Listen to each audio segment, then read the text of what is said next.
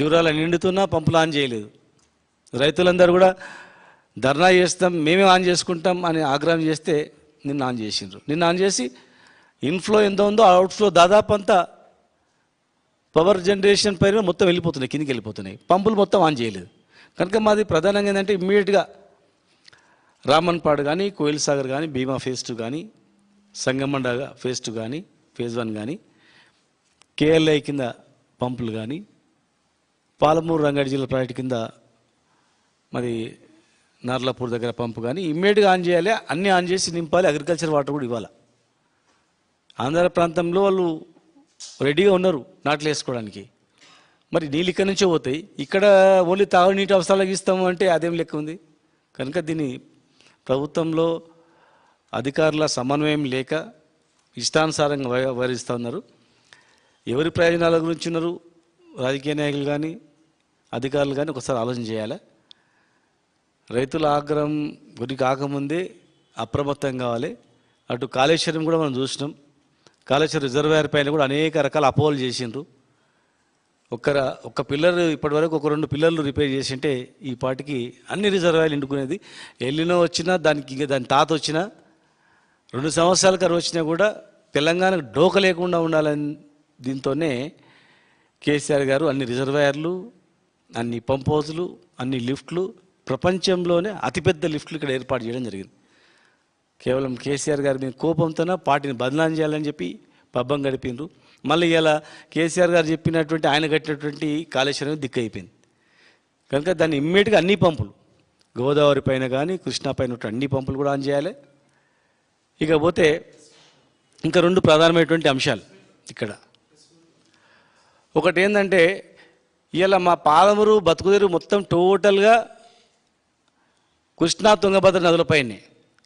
కానీ మేము ఈ మధ్యలో నదుల వెంబడి పోయి నారాయణపూరు ఆలిమట్టి వరకు దాదాపు మనుషులను పంపించడం, మేము దగ్గర కూడా పోయినాం. పోతే మాకు ఒక భయంకరమైనటువంటి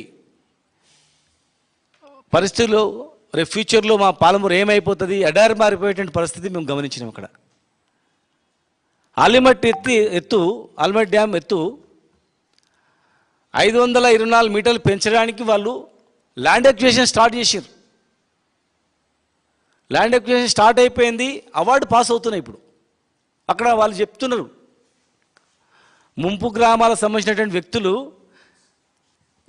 వాళ్ళే ఫోన్ చేసి చెప్తున్నారు, మాకు నోటీసులు వస్తున్నాయి, అవార్డులు వస్తున్నాయి, మీ పుణ్యమైనా మీరు అడ్డుకుంటే మా భూములు మిగిలిపోతాయి, మా ఇండ్లు మిగిలిపోతాయి, మొత్తం ఊర్లు కాల్ చేయించడానికి అవార్డు పాస్ అవుతుంది. 1,00,000 కోట్లు క్యాబినెట్ ఆమోదం తెలిపింది. 70 నుంచి 85 వేల ఎకరాలకు ల్యాండ్ అక్విజిషన్ స్టార్ట్ అయింది.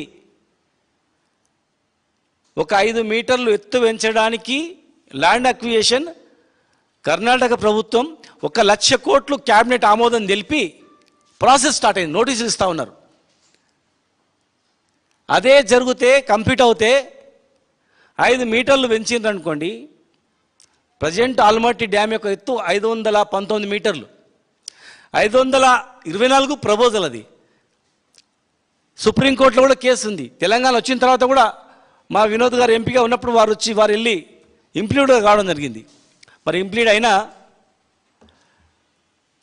ఆల్మట్టి యొక్క డ్యామ్కు పిల్లర్స్ అన్నీ కూడా పోయడం జరిగింది. కేవలం గేట్లు అమర్చడానికి మాత్రం సిద్ధంగా ఉంది. ఒకవేళ వాళ్ళు గేట్లు అమర్చితే భూములు మునిగిపోతాయి కనుక ముందే ల్యాండ్ అక్విజిషన్ చేయాలనే ఉద్దేశంతో 70 నుంచి 80 వేల ఎకరాలకు 1,00,000 కోట్లు క్యాబినెట్ ఆమోదం తెలిపి ప్రభుత్వము సన్నాహాలు చేస్తూ ఉంది. మరి ఇక్కడ ప్రభుత్వం ఏం చేస్తూ ఉంది?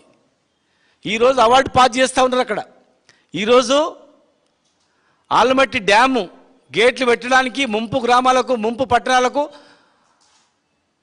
70-80 వేల ఎకరాలకు అవార్డు పాస్ అవుతుంటే, అవార్డు పాసే రేపో మాపో డబ్బులు పేమెంట్ చేస్తే ఒక్క ప్రాజెక్టుకు 1,00,000 కోట్లు కర్ణాటక ప్రభుత్వం ఖర్చు పెడుతుంటే అక్కడ కూడా కాంగ్రెస్ గవర్నమెంట్ ఉంది కదా, మరి ఇక్కడ కూడా ఈ ప్రభుత్వమే ఉంది. మీరు ఆల్మట్టి ఎత్తు పెంచితే పాలమూరు మొత్తం ఎడారైపోతుంది. పాలమూరు ఒక్కటే కాదు, రంగారెడ్డి జిల్లా, నల్గొండ సగం భాగం, రంగారెడ్డి, పాలమూరు మొత్తం కూడా ఎడారైపోతుంది.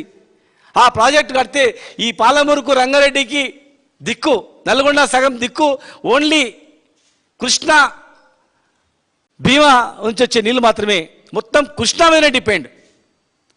90%, 80% కృష్ణా మీద డిపెండ్. జూరాల నుంచి కింది మొత్తం కూడా మేము కట్టుకున్నటువంటి కేఎల్ఐ కానీ పాలమూరు రంగారెడ్డి జిల్లా ప్రాజెక్టు కానీ మిగతా రిజర్వాయర్లు కూడా ఆ ఎత్తు వేస్తే ఇలా జూలై ఇప్పుడు నీళ్ళు వస్తున్నాయి ఆల్మట్టి నుంచి. ఆ ఎత్తు వేస్తే మాకు ఆగస్టు తర్వాత కూడా నీళ్ళు రావు. పెద్ద వరద వస్తే వస్తాయి, అది ఎప్పుడు ఆగస్టులో.